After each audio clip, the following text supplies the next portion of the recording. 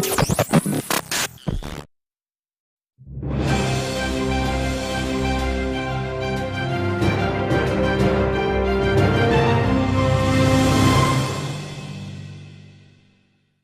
evening and welcome to the evening news for today, Thursday, May 18, 2023.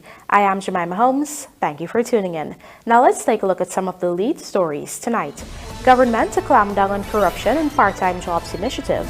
Consultations on draft real estate laws to wrap up in 2 months, says NANDLALL. Persons can soon switch service providers but retain their existing numbers.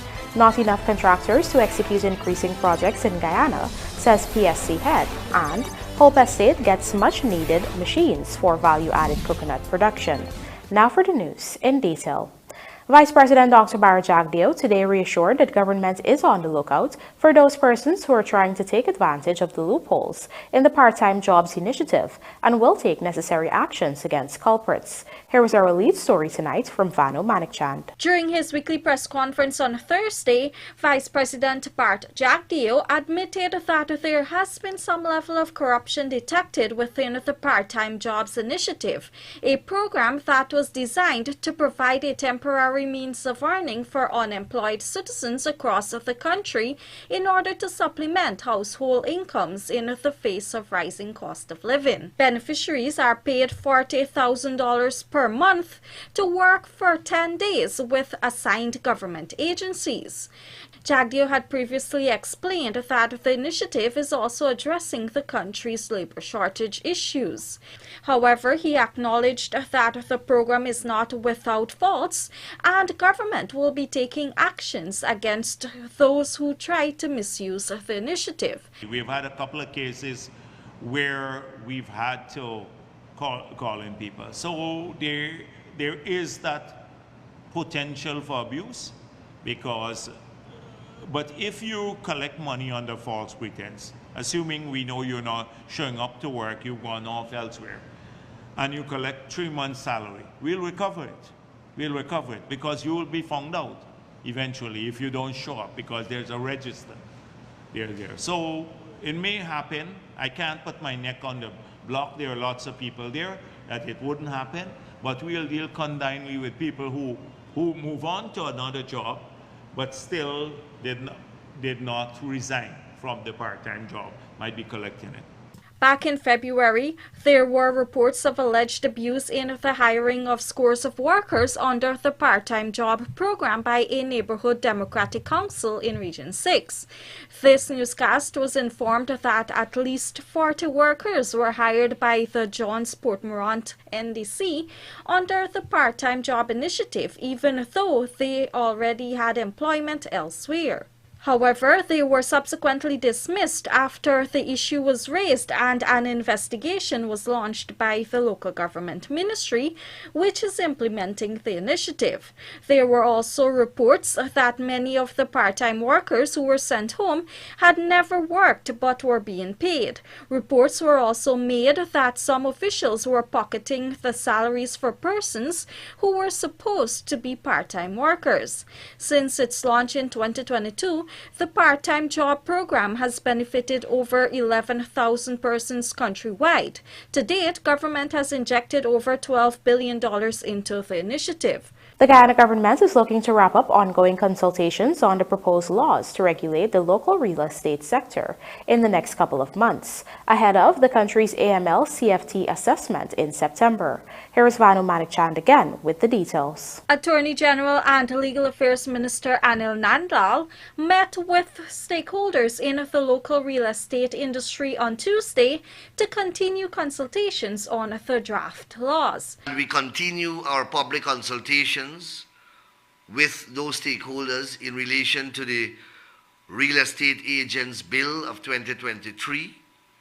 That's a bill that we will take to the National Assembly shortly. Today, we had our second engagement with the real estate fraternity. They brought a number of recommendations and suggested amendments, which we are currently discussing. The discussions will continue. According to NANDLALL, government is hoping to build a transparent and accountable legal framework to regulate this sector, which has been identified as one of the deficiencies in Guyana's anti-money laundering and countering the financing of terrorism structure. The country is expected to undergo an AML-CFT assessment in September. As such, the Attorney General is looking to wrap up these public consultations to present the bill in the National Assembly before it goes into recess in August. This is a multi-billion-dollar sector. A lot of money passes through here, and Guyana's AML, CFT, and fiscal structure has been flagged for non-regulation of this important sector. And this bill is intended to bring the necessary regulatory framework in place. So these public consultations will continue, and hopefully within the next 2 months we should be able to complete this important piece of legislation to take to the National Assembly. The draft real estate bill includes provisions to regulate the operation and functions of real estate agents, registration and qualification of real estate agents, and reporting mechanism for transactions conducted by real estate agents, among other things. It's a very comprehensive bill that will deal with qualifications, registration of real estate agents, disciplining of real estate agents, their ethical rules and principles by which they will be bound, and it will deal with brokers and how brokers are qualified to be licensed as brokers, and the duties and responsibilities of both real estate agents and brokers. Reporting for the Evening News, Vanu Manakchand. Local consumers will soon be able to switch their telecommunications providers but retain their existing telephone or cellular numbers. Find out more in this Tasia Dickinson report. Chairperson of the Public Utilities Commission, Della Britton, on Wednesday announced a game-changing system that will be introduced in the telecommunications sector in a matter of months. She was at the time speaking during a World Telecommunication and Information Society Day webinar. According to Britton, the Commission has made a commitment to revamp its operations to meet the growing demands of local consumers and operators. Number portability is a game changer in the competition space, as it allows consumers to retain their existing telephone or cellular numbers when switching providers. PUC now eagerly awaits the completion of the testing processes, and we anticipate that number portability will become a reality in Guyana in July of this year. PUC Guyana made a commitment to retool its operations to meet the ever-changing demands of both the operators and local discerning consumers, especially as new products are introduced and the demand for better quality of service and products to match the agility, creativity, and global flows of Guyana's innovators.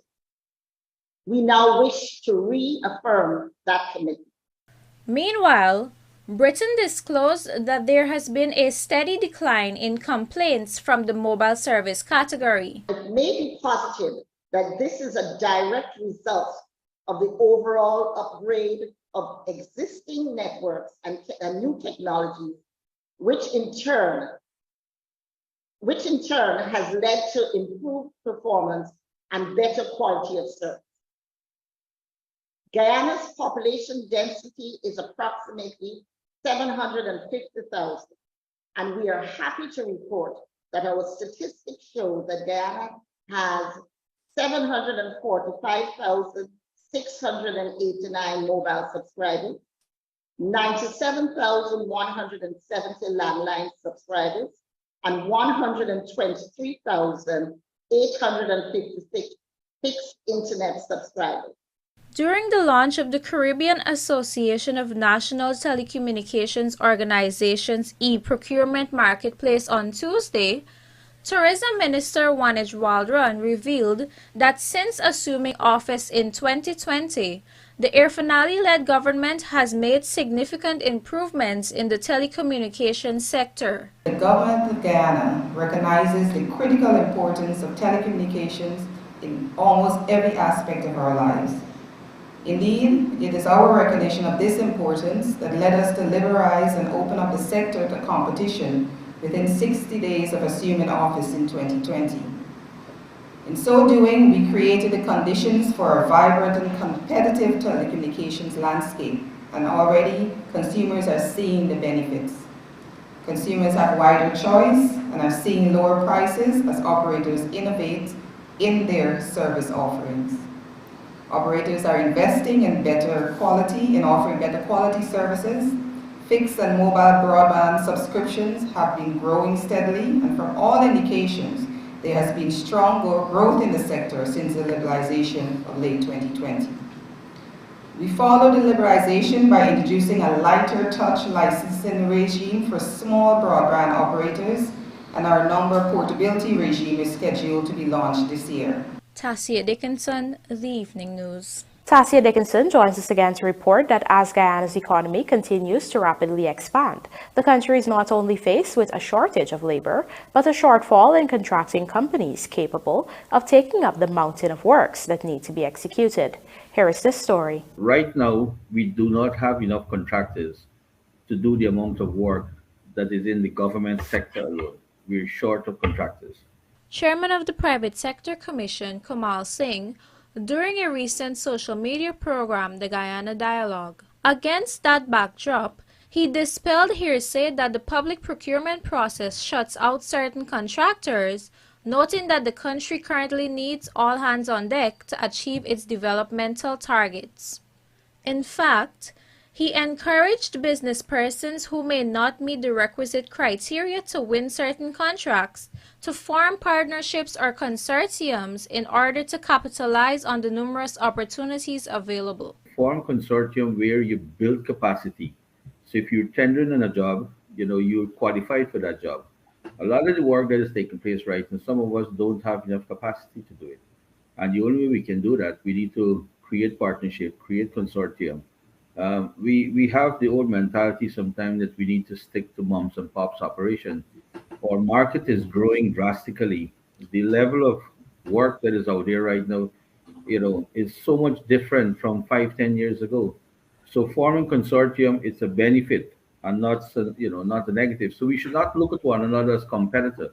All right, we should look at one another as partner. Moreover, he lauded the government for ensuring certain projects are executed by persons within the respective communities, a move which not only gives them an opportunity to grow, but helps to address the issue of labor shortfall nationally. If you look around our country right now, you will see in almost single villages and all walks of life, people are getting involved in projects in the construction sector in a big way.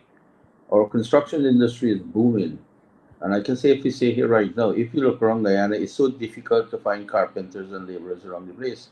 Only yesterday, we went into to a community right in Georgetown, and we've participated. We've seen those guys, as a result of government initiative, start building blocks within their communities. And these are guys who were not getting jobs before or weren't being employed before. Now they're doing their own business. He was referring to the Leopold Street Georgetown youths who, under the guidance of the Central Housing and Planning Authority, formed the Leopold Street Inc., which has since been contracted by the Housing Ministry to build 1,800 concrete blocks. The Guyana government has been actively trying to address the issue of labor shortage in the country. Minister of Labor Joseph Hamilton has recently revealed that some 2,200 workers are needed to meet the current demands of Guyana's labor force. The government has already mulled the option of importing labor. Tassia Dickinson, The Evening News. Coming up, PAHO donates immunization, maternal health care equipment to Health Ministry, and government signs MOU with 2 institutes to expand skills training programs. Do stay with us. More news ahead.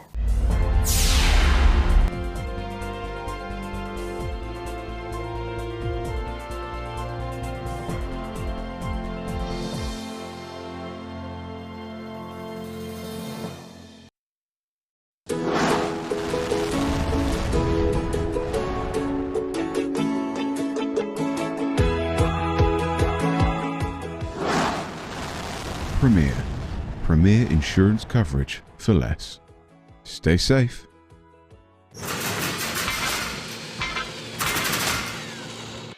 For bid, performance, retention, advanced mobilisation or customs bonds, bond with us.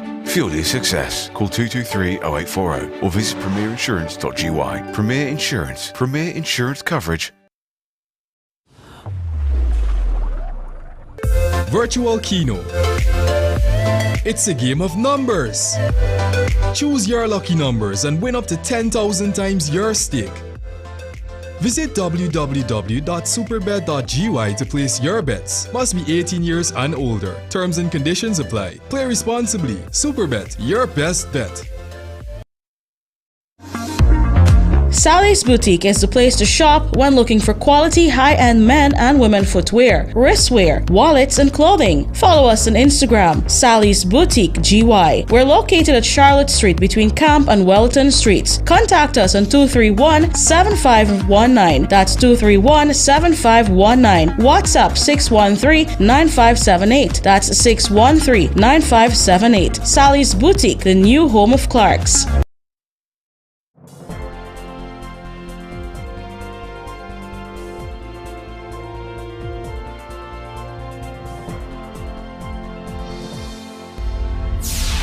Welcome back. You're watching the Evening News.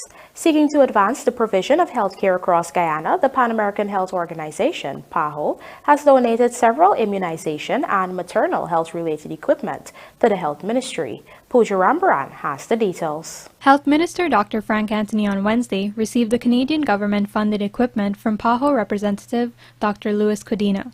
These 44 pieces of equipment are intended to strengthen the maternal, adolescent, and neonatal health and immunization program. They include examination lights in beds, fetal Dopplers, solar power vaccine fridges, and ultrasound machines. We have 2 sets of items. One set dealing with immunization, and as you know, we have been constantly trying to upgrade our cold chain to make sure that we can store vaccines adequately at the level of the health centers. Several of the health centers in the rural areas in the interior of Guyana, they do not have electricity. So the only way we can do that, have these refrigerators work, is to make sure that they're solar. And over the last couple of years, PAHO has been helping us to ensure that we can get these solar refrigerators, and they have worked very well in these communities. Dr. Anthony said the other set of equipment dedicated to maternal health will also prove useful in healthcare delivery. In terms of improving maternal health in the country, we want to ensure that we have the right equipment out in the community so that we can make better diagnoses and be able to ensure that if we discover a problematic pregnancy, that we can take the necessary precautions so that that mother would be safe. Dr. Codina expanded on PAHO's commitment to aiding the ministry in better serving patients seeking maternal health care, particularly adolescent girls in regions 1, 4, 7, 8, and 9. The work that the Ministry of Health is doing in these regions related to the adolescent girls, especially the girls, supporting them, facilitating the access to the health services, and also to empowering them to be much more aware related to her decisions. With all this work, plus the equipment, we are thinking that the health services will be reinforced to give better care of this group of population, specifically adolescent girls and women. Pooja Rambaran for the Evening News. Two training institutes are partnering with the Ministry of Labor to offer skills training programs to members of the public. Here is Pooja Rambaran again with the details. Labor Minister Joseph Hamilton on Wednesday signed memorandums of understanding between the Ministry's Board of Industrial Training and the Generation Next of First Assembly of God Wordmanville and Sabila Rashad Islamic Training Center. These MOUs will provide members of each body, as well as the general public, with a chance to gain skills training and improve their interpersonal and professional skills. Minister Hamilton, during the signing, welcomed this collaboration with the training bodies and shared his hope for it to pave the way for further such initiatives. These are guiding principles. Any partner I'm engaging, I want deliberately all of us to know what we are doing. What is my responsibility? What is your responsibility? The MOU, whilst it's a collaboration between us and your entity, does not, it's not narrow. It's not a narrow MOU. It can allow for our collaboration to extend, whereby people that you have an interest in can participate in apprenticeship programs and even have access to our facilities. Minister Hamilton expanded on what the Board of Industrial Training programs entail. The Board of Industrial Training programs are free of cost, so it's not a cost to the partner.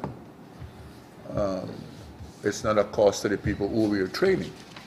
And some programs, the trainees, when they're graduating, we make available kits to them so that they could go start a little business or go work somewhere. This training aims to increase the ability for young people to become employed, as well as reduce poverty and crime within certain areas. Rayad Khan, a representative from the SRITC and one of the signatories, expanded on the resources their institute provides. Our institution is a boarding institution, so we provide all the necessary needs for these students. Now, after establishment, it was our intention to not only teach these students religion and academics, but also to give them, the key so that they can, develop their lives in general. Meanwhile, Generation Next provides training, leisure, and support programs, particularly for children and youth empowerment. Pooja Rambaran for the Evening News. Efforts are being made to add value to the coconut industry by using the coconut husk in a beneficial way. Leading these efforts is the Hope Coconut Estate, which has just received the much-needed machines to advance this process. Andrew Carmichael reports. Coconut is the third highest agricultural foreign exchange earner in Guyana. In 2021, Guyana exported over $2.5 billion worth of coconut and coconut byproducts. This represents a $600 million increase when compared with the $1.9 billion that was exported in 2020. Of that amount, virgin coconut oil exports stood at some $685 million, while export earnings from dried coconuts totaled $1.8 billion. Efforts are now being made to utilize most, if not all, of the coconut, according to General Manager of the Hope Coconut Estate, Ricky Rupchand. This is one of the first coconut fibers machine that we have in the program. This is the first one that came from Brazil. This is a coconut, what we call a coconut husk, and this machine would convert this into coconut fiber and coconut core, which is two very useful and very cheap materials that can be used for mulching and growing of seedling in our agriculture sector. This material here in Guyana presently is very underutilized. Meanwhile, Agriculture Minister Zulfikar Mustafa said government has purchased 8 of the thrashing machines. I have been talking about value-added product, and we started out with these GMC processing facilities around the country. This is another one that we have started in the coconut sector, where we are buying these thrashing machines and using the husks also to have value added, to use it. We can do different things with it. There are a lot of people who are demanding this, but we have been throwing away the shells and the husks. Now we are trying to utilize it and make it into a value-added product. There are a lot of things that can be produced from these husks, right? But we started out, and what we'll be doing in Guyana, I will replicate this across this country. Not only the whole coconut estate. Yesterday we went into the Pomeroon. We had a number of meetings in the Pomeroon, and the president himself has made commitment that we'll also take some of those machines in the Pomeroon to help with the value added of the husks and the shells. Following rice and sugar, coconut is Guyana's third most exported agricultural commodity. The global demand for coconut and coconut byproducts is projected to increase significantly. Over the past year, close to 400 new farmers got involved in coconut production. Andrew Carmichael, The Evening News. With a fleet of up to 20 vessels and barges, Dutch subcontractor Van Oord Offshore and its Luxembourg partner Subsea 7 will begin laying subsea pipes for the gas to energy project by no later than next month. Fiona Morrison tells us more. It was explained in an application to the Environmental Protection Agency that Van Oord was seeking approval for a license to store, transport, and distribute fuel from their vessel, the Seian Polaris, to their offshore fleet laying the pipes. The company had been awarded the contract back in 2022 by Esso Exploration and Production Guyana Limited, EEPGL, ExxonMobil subsidiary, to install 12.75 inches gas pipelines. The scope of the project is to lay 225 kilometers of pipelines from the Liza field in the Stabroek block to Wales, West Bank Demerara. The project will commence in the current second quarter. It was explained that implementing the applications were also made for similar license for LAF and Coastal Challenger by Van Oord. All three vessels have certified fueling stations on board, which will be used to provide fuel for the other ships. In Budget 2023, the Gas to Energy project received a $43.3 billion allocation. This allocation is in addition to the $24.6 billion injected into the startup of the transformational project, which includes the construction of an integrated natural gas liquid NGL plant and the 300 megawatt MW combined cycle power plants at Wales, West Bank Demerara. The NGL and 300 MW power plant components of the gas to shore projects are meanwhile expected to cost US $759.8 million and will be financed through sources that include budgets and loan financing. And now for a look at the bridge reports. The Demerara Harbour Bridge is scheduled to be closed on Friday, May 19th at 4 hours for a period of 1.5 hours. Meanwhile, the Berbice River Bridge is scheduled to be closed on Friday, May 19th at 16:40 hours for a period of 1.5 hours. Good start to CWI coaching program at Providence and Golden Jaguars in Group D for Nations League, Lady Jags in Group A for Gold Cup qualifiers. Details of these stories and more in the Sportcast sponsored by MacCorp, coming up on the other side of the break.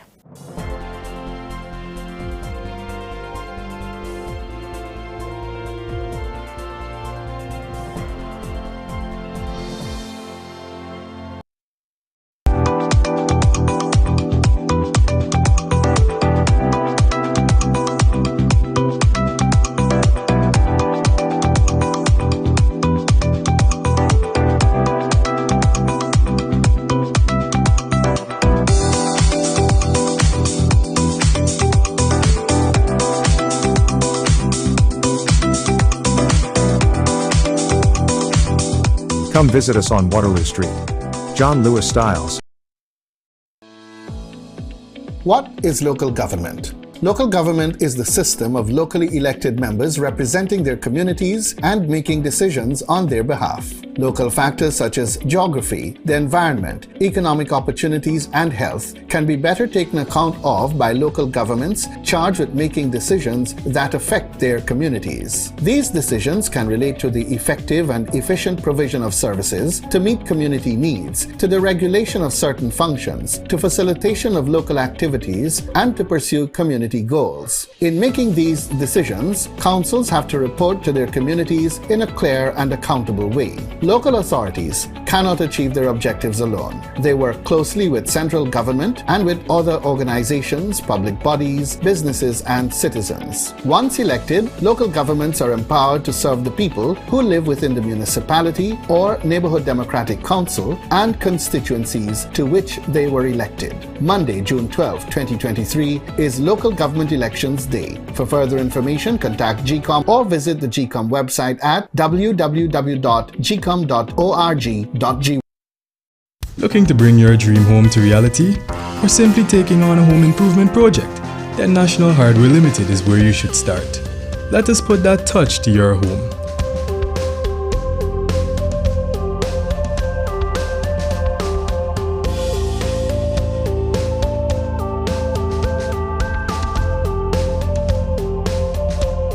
Choose from over 1,000 Berger Paint original hues for any surface.